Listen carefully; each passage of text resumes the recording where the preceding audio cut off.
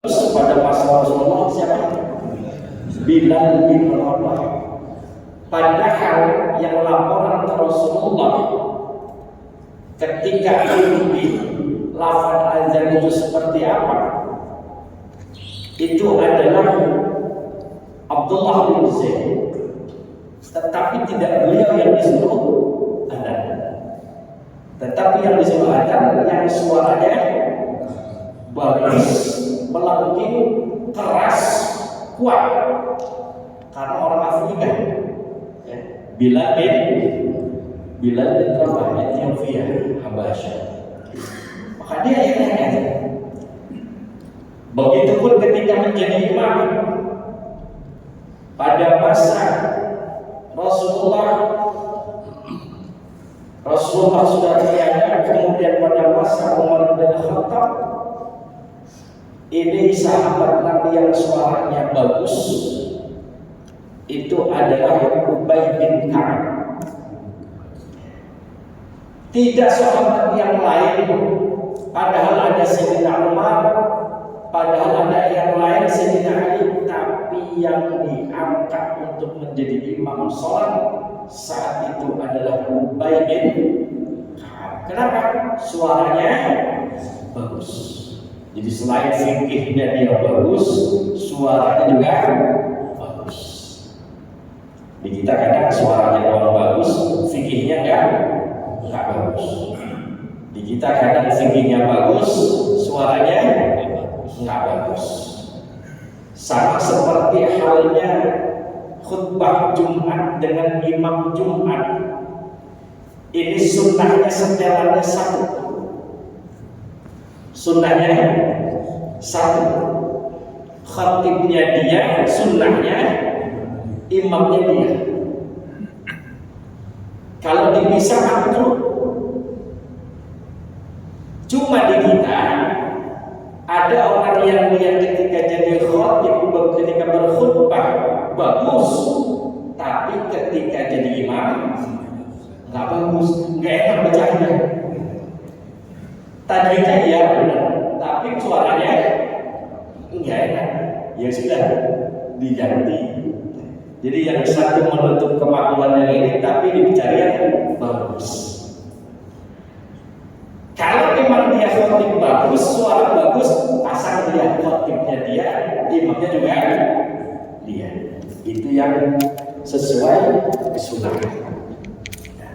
Nah ini azan dan iqamah dikatakan al-adzan lil ghaibin. Adzan ini sunnahnya kita keraskan suara, bahkan sampai speaker pun 4 penjuru arah, ya. Kanan kiri depan belakang, bahkan masih kurang ditambah lagi. Supaya apa? Orang yang tidak ada di masjid mendengar waktu azan sudah tiba. Maka azan itu harus suara yang keras, yang bagus, yang lantang, dan dia harus disampaikan setelah masuk waktu. Dan harus ini yang keras, bahkan dulu belum ada speaker, itu naik ke atas menara. Dulu naik ke atas menara. Sekarang sudah ada speaker zaman canggih, muadzin nggak usah naik, capek. Cukup muadzinnya di bawah, speakernya di atas menara. Tujuannya apa? Supaya orang itu dengar bahwa sudah masuk waktu sholat. Coba kalau sekarang belum ada speaker, Pak, itu muadzin capek, Pak, ngos-ngosan ke atas dulu dia Allah. Maka saat itu disunahkan ketika azan dia pegang ini telinga ini, ya, ketika hayya 'alas shalah ke kanan sunahnya, ketika hayya 'alal falah ke kiri. Kenapa ke kanan dan ke kiri? Udah kayak senam aja terus, ke kanan ke kiri, supaya yang sebelah kanan dengar, yang sebelah kiri juga dengar. Itu azan lil ghaibin, supaya datang ke masjid.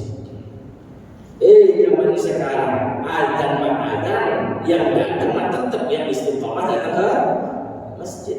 Pas giliran salah waktu jam 11 sudah azan, malah yang nggak pernah ke masjid datang ke masjid. Ngapain? Ngomelin. Itu kan ada gitu kan. Apa kata muadzin? Giliran saya azan pas waktu nggak pada datang. Giliran saya salah azan di luar waktu pada datang. Bisanya ngomel doang. Pas jalan kesunahan kepada datang. Itu azan. Kalau iqamah ini disunnahkan satu suaranya kuat. Yang kedua, suara yang dibacakan ketika iqamah adalah cepat, al-isra. Beda dengan azan. Azan ini santai. Allahu Akbar, Allahu Akbar. Pelan. Iqamah ya jangan gitu. Cepat. Allahu Akbar, Allahu Akbar. Asyhadu an la ilaha illallah, asyhadu anna Muhammadar Rasulullah. Sunnahnya cepat dan sunnahnya pelan. Kenapa? Sasarannya dikatakan lil hadirin, buat orang yang hadir di masjid, bukan untuk yang di luar. Itu keterangan dengannya. Jadi al-adzan lil ghaibin wal iqamah lil hadirin. Jadi azan untuk orang yang di luar yang belum ada supaya datang ke masjid. Ketika orang ini sudah ada di masjid, maka iqamah tidak perlu suara yang keras, tapi dia cepat, al-isra. Maka lil hadirin, buat orang yang sudah hadir. Maka kalau melihat keterangan di kitab tersebut, di Fathul Wahhab kita baca Zakaria Al-Ansari, keterangannya pun sama, al-adzan lil ghaibin wal iqamah lil hadirin. Maka iqamah untuk yang hadir, siokianya ini kalau kita lihat keterangan tersebut, maka mafhumnya apa? Ketika azan suara harus keras, speaker luar harus terpasang. Untuk iqamah, speaker dalam harus siap dan tidak perlu speaker luar. Iqamah perlu speaker luar. Karena kalau menurut keterangannya lil hadirin, hanya untuk orang yang hadir di masjid. Nah ini kadang kita lihat di beberapa masjid musola jamaahnya cuma 2. Iqamahnya pakai speaker luar. Ya. Sebelahnya lagi nggak jauh, musola itu 10 meter, 20 meter kalau musola dekat-dekat. Pakai lagi mic luar, speaker luar. Yang satu udah sholat, yang satu baru sholat, sebelahnya lagi sama. Akhirnya beradu itu suara iqamah. Padahal iqamah tujuannya adalah lil hadirin, bagi yang hadir. Wa qila yaqumu 'inda qawli qad qamatis shalah. Wa qila in kana qawiyyun nahda fa 'inda firatul muqim aw sayfan aw bati'in nahda fa 'inda qad qamatis shalah aw fi waqtin yu'lamu annahu yantasi' bihi ma'a firatul muqim min al-iqamah yudrika takbiratul ihram. Kapan sih ketika iqamah kita disunahkan berdiri? Bapak Ibu, kapan berdiri ketika iqamah dilanjutkan? Maka yang sunnahnya berdiri adalah illa ba'da firagil muqim minal iqamah. Selesaikan dulu iqamah baru berdiri. Ini pendapat yang pertama. yang kuat. Wakil pendapat yang kuat. Inda qawlihi qad qamatis shalah.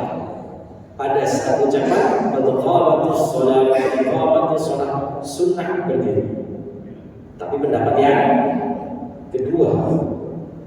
Jadi kalau kita ngaji fikih memang begitu Pak. Ulama tuh nggak kompak semuanya. Ada yang berdiri setelah itu ya benar-benar memakai pendapat yang pertama. Pendapat ketiga, in kana qawiyan lahdah fa 'inda firad al-muqim aw syirhan aw badhi'in lahdah fa 'inda taqamat salat. Ditafsir kalau memang masih muda, yang kalau bangun itu langsung bangun, enggak cari pegangan dulu, maka dia berdirinya ini ketika dia baru qad qamatis shalah atau fa'inda selesainya itu firadul mukim.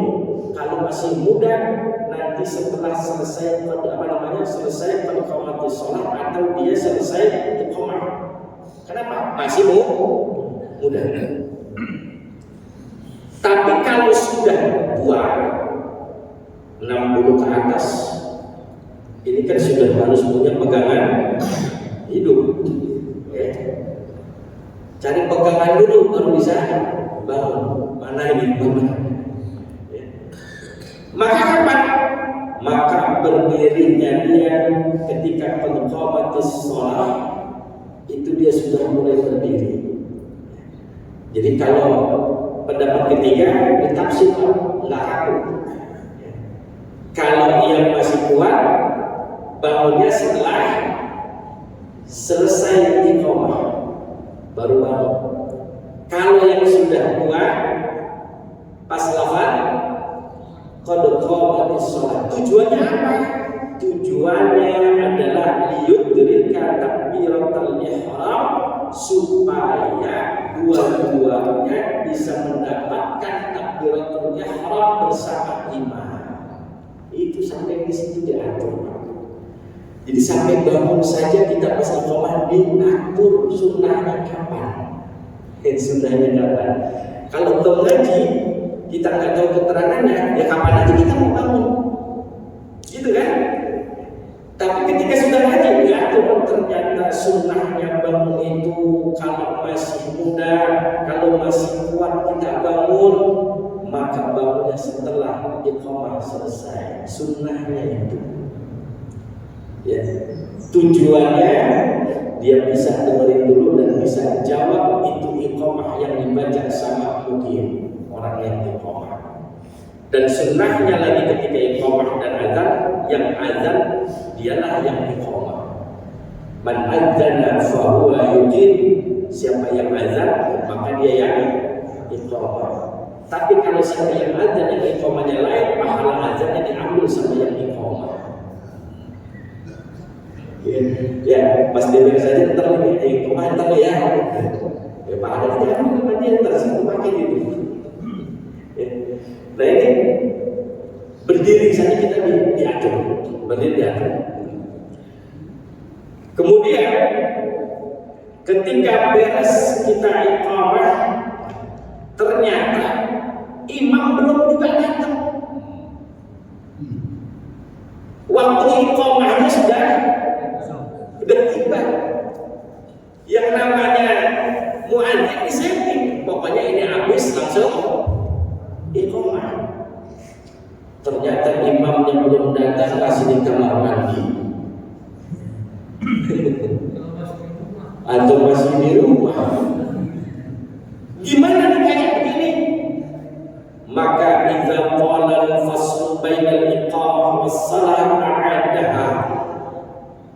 Kalau jarak iqamah sampai nunggu ini si imam belum juga datang, jamaah sudah ceringat-ceringu, mana imam?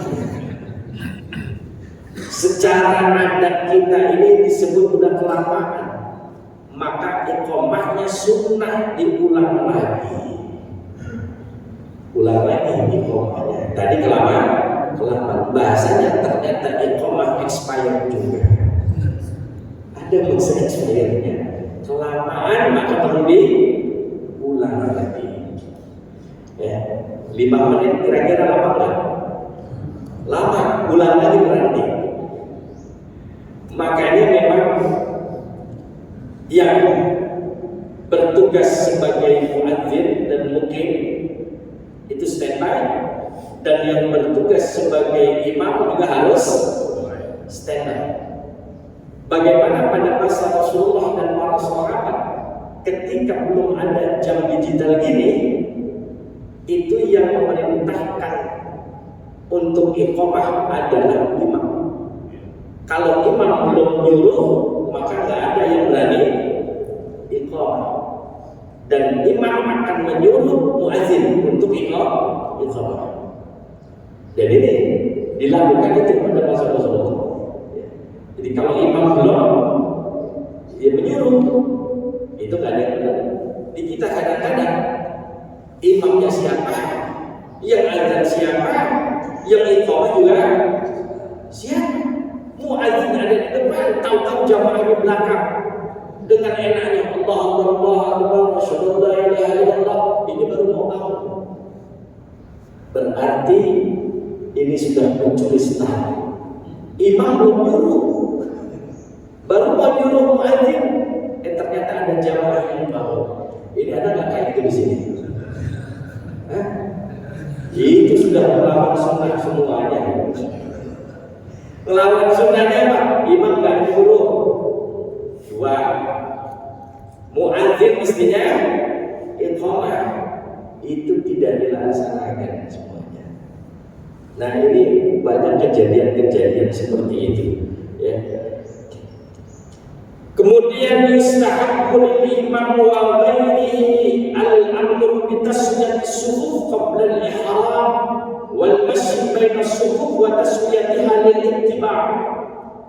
Sunnah buat si imam ini meratakan dengan perintah kepada makmum, ratakan barisan.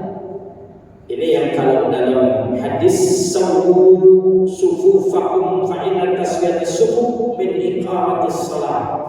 Hadis ini akhrajahu al-Imam Sittah min hadis Nu'man bin Bashir. Atau dikatakan sawu dengan bahasa lain, ya. Tapi dalam hadisnya sawu sufufakum fa inna taswiyatis sufuf min iqamatis shalah. Ratakan barisan. Ini sambil si imam al-masyu baina sufuf, imam itu sampai turun ke barisan-barisan. Ini kadang-kadang imam ngomong sufufakum enggak, nengok juga ke jamaah enggak. Itu kesunahan sudah dihilangkan. Ada yang ngomong sufufakum, dia sudah menghadap kiblat. Lalu perintahnya ke siapa? Kalau memang dia memerintahkan ke jamaah disuruhnya, maka ini imam dia jalan dari ujung sana sampai ujung sana. Itu Rasul pernah melakukan itu. Karena Rasulullah sallallahu alaihi wasallam yataqaddam as-sufufa min nahiyah ila nahiyah yamsahu sudurana wa manakibana wa yaqulu la tahtalifu fa tahtalifu qulubukum. Rasul itu sampai turun Pak, ujung sana, dan kata sahabat Rasul dari pojok ke pojok. Ada nggak imam sekarang begitu? Enggak. Ketika imam melaksanakan itu dibilang ini bid'ah nanti lagi. Kenapa? Karena nggak sampai hadis yang kayak begini. Ya, ini imam lumayan amat sih.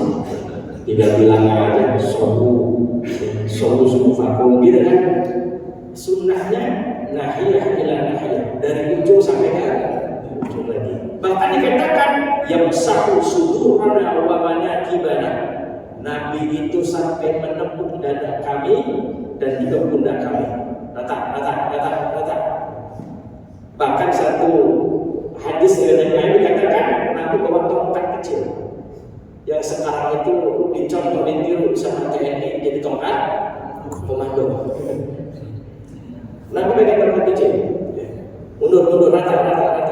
Jadi dadanya sama ini, maka itu yang tadi saya ucapkan itu sumpakum wa'tadilu wa'adhu bainal manakib, ratakan pundak-pundak. Ya, ratakan pundak-pundak. Yang disuruh ratakan apa? Pundaknya ada. Wa'tadilu, berdiri tegak. Wa'adhu bainal manakib wasuddul khalal, tutup celah-celah. Ya, tutup celah-celah. Wasuddul khalal. Dan yang belakang kalau ada di depan celah kosong, sunnah maju. Makruh kalau mempersilahkan orang lain maju. Udah bapak aja. Jangan bapak aja tuaan. Makruh itu. Al-isar fil ibadah makruhun. Memprioritaskan, mendahulukan orang lain fil ibadah atau fil qurbah dalam hal ibadah makruh hukumnya. Wa fi ghairiha, dan dalam hal selain ibadah, dalam urusan dunia ini mustahabun sunnah. Jadi kalau dalam urusan akhirat fastabiqul khairat, berlomba-lomba dalam kebaikan. Al-Quran perintahkannya itu, maka makruh mempersilahkan dalam urusan ibadah ini mendahulukan orang lain. Udah bapak aja. Ayo ada yang maju bang. Yang ngerti maju langsung, udah nggak pakai bahasa kasar. Kecuali dikatakan dalam kitab Marathul Ubudiyah litta'zim walitta'zim. Kecuali ada orang alim yang memang dia ini lebih segalanya, ilmunya, tuanya dan lain sebagainya, maka kita persilahkan dia duluan karena ta'zim. Tapi kalau levelnya sama, makruh. Ya, levelnya sama, makruh. Tapi wafi ghairiha mustahab. Kalau selain urusan ibadah, misalnya bapak ibu ngantri makan di prasmanan, maka sunnahnya dahulukan orang yang tua, yang orang lain. Silakan kalau itu, silakan duluan. Itu sunnah. Kenapa? Urusan dunia. Tapi kalau urusan akhirat, kita harus fastabiqul khairat. Kadang diajak ngaji, yuk pak ngaji, duluan, maju itu. Mestinya main duluan. Kalau konteksnya ibadah itu kita makruh bilang duluan sama orang lain. Bapak duluan, bapak aja, makruh. Ya. Sekarang ada lagi iqamah sudah, imamnya sudah di depan, imamnya pakai bilang as-salatu apa namanya? Jami'ah. As-salatu jami'ah itu tidak disunnahkan karena sudah ada iqamah.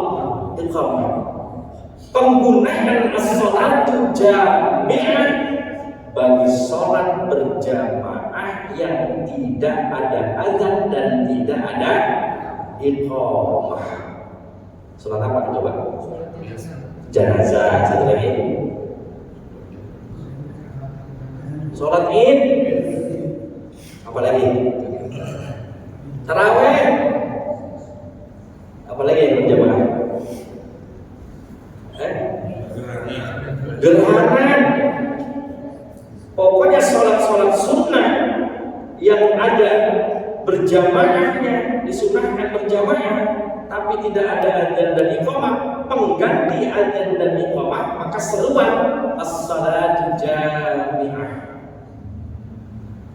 Sholat Id nggak ada adzan dan iqamah, maka diganti dengan ucapan yang disebut bilangnya itu ada as-salatu jami'ah li salati Idul Adha li salati Idul Fitri rahimakumullah.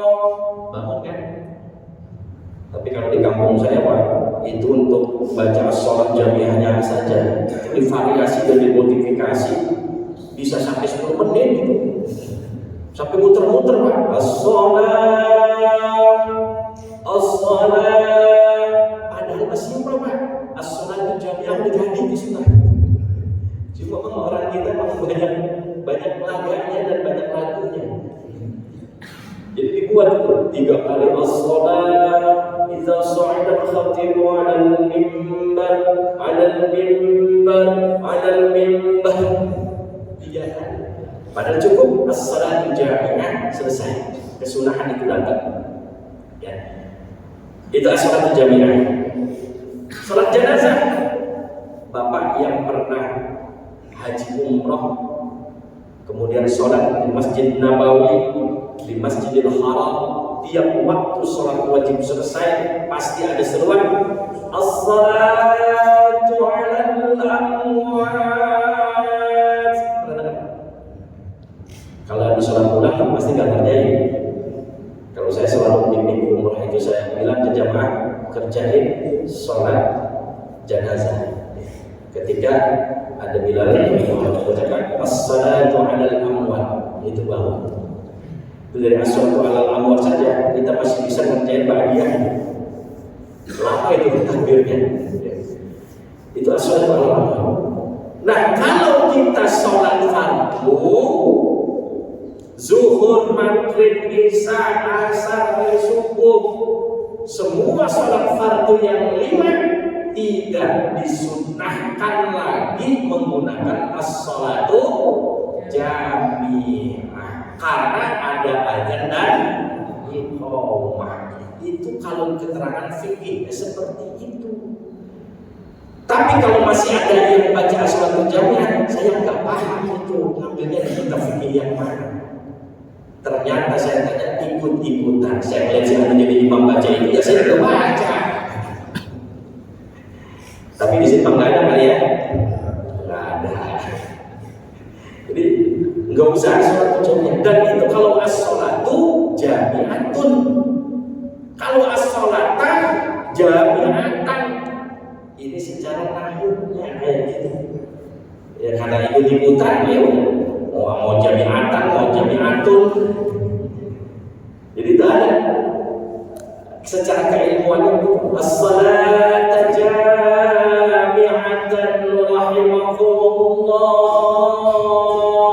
As-salata jami'atan, as-salatu jami'atun rahimakumullah. Itu secara nahwunya. Itu bagi sholat-sholat yang disunnahkan berjamaah. Tapi sholat wajib yang 5 waktu berjamaah tidak lagi disunnahkan jika sholatu jami'ah. Ya, karena masih banyak saya lihat kayak gitu. Sholat jami'ah, oh yaudah maklum. Sholatu rahimakumullah. Itu juga nggak perlu dijawab kan? As-sholatu jami'ah itu nggak ada jawaban apa as-sholatu rahimakumullah atau apa ya, tidak ada jawaban. Ini kesunahannya. Kemudian selanjutnya saya sampaikan yukrahul iqtida'u biwalad zina wa biman la yu'rafu abuhu kallaqin nassa alaihi wa biwaladin li'an wal qaraha fi akhafu minha khalfa waladin zina wa yukrah bil fasik wa timtam wal fa'fa wal la'in wal muwaswis. Makruh hukumnya bermakmum kepada beberapa orang ini. Makruh. Sah tapi makruh. Satu, biwaladi zina, anak hasil zina. Jadi anak hasil zina nggak ketahuan bapaknya siapa, dan dia dulu waktu dilahirkan dan dikandung sang ibunya ini hasil zina. Nauzubillah. Tahu-tahu jadi imam misalnya, itu bermakmum dengan orang anak hasil zina, hukumnya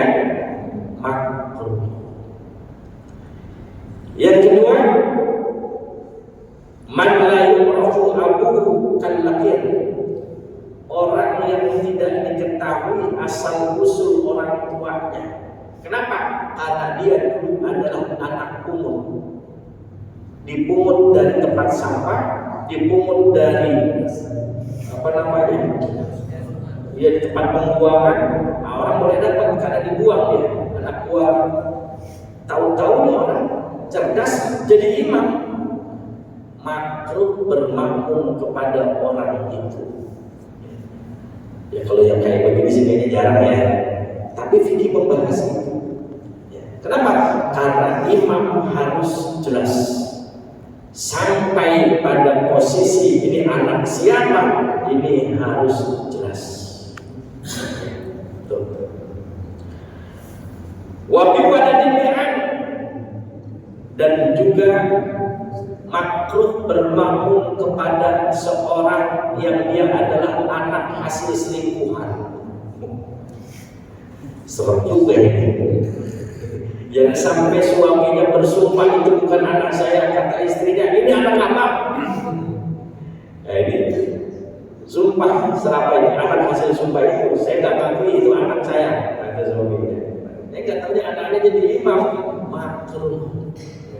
Waktu ya, anak hasil li'an, ya, tuduhan zina, ya.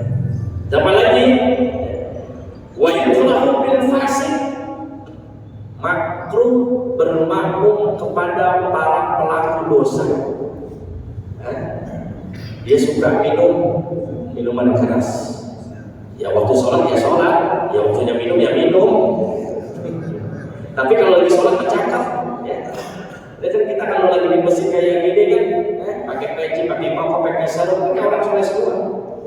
Tapi keluar dari masjid kita kan nggak tahu. Ada orang yang tahu, ini sih buat tahu nih, semalam tuh masih minum dia. Atau mungkin terkenal, makruh kita bermakmum sama orang seperti itu, pelaku dosa, tukang mabok, tukang zina, tukang apa sih? Tukang ini, tukang itu. Kalau tukang itu sering judi, ya, apalagi pinjol, judol, tahu orang kayak gitu, makruh kepada para pelaku dosa. Maka dulu sempat kan ada ustadz yang tingkat nasional itu almarhum, ketika beliau baru taubat, beliau cerita ketika jadi imam ternyata di belakangnya semuanya bubar, nggak ada yang mau jadi makmum sama dia. Kenapa? Dulu terkenal masih tukang mabuk. Makruh kan? Makruh. Jadi kalau masih ya ada preman tobat gitu, ya masih benar tobat. Ini kalau yang masih melakukan itu, ya benar sih kalau di masjid benar, tapi keluar dari masjid kembali ke asalnya. Kedua, berikutnya tentang orang yang tidak jelas bicaranya. Bagaimana bicaranya apa? Enggak jelas pokoknya, kalau dia bicara enggak jelas, itu makruh bermakmum kepada dia. Ya. Ngomong aja enggak jelas, apalagi baca Fatihah. Berikutnya bahwa orang yang gagap, nanti Fatihah bisa diulang-ulang gitu.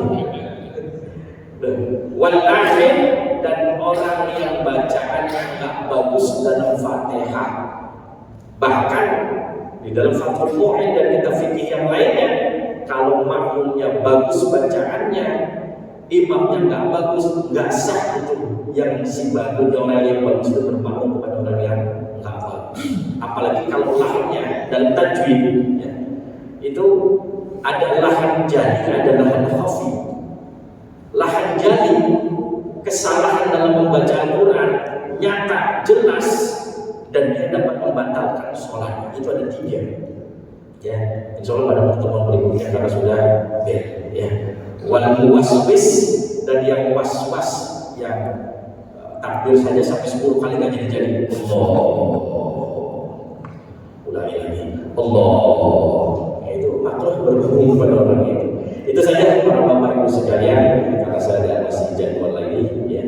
Terima kasih atas segala perhatian dan undangannya, mudah-mudahan menjadi silaturahim dan bisa kita lanjutkan bahasan kita. Wallahu muwaffiq ila aqwamit thoriq. Assalamualaikum warahmatullahi wabarakatuh. Astagfirullahaladzim, astagfirullahaladzim, astagfirullahaladzim. Wassalamualaikum warahmatullahi wabarakatuh. Bismillahirrahmanirrahim. Alhamdulillahirabbil alamin. Hamdan yuwafi ni'amahu wa yukafi mazidah. Ya rabbana lakal hamdu wa lakal syukru kama yanbaghi li jalalil karim wa 'azimi sultanik. Allahumma anfa'na bima 'allamtana wa 'allimna ma yanfa'una wa zidna min ilmin wa hikmah. Walhamdulillahi 'ala kulli hal. Walhamdulillahi rabbil alamin. Mohon maaf tidak ada pertanyaan dulu, nanti saja kalau ada kesempatan lagi. Kalau misalnya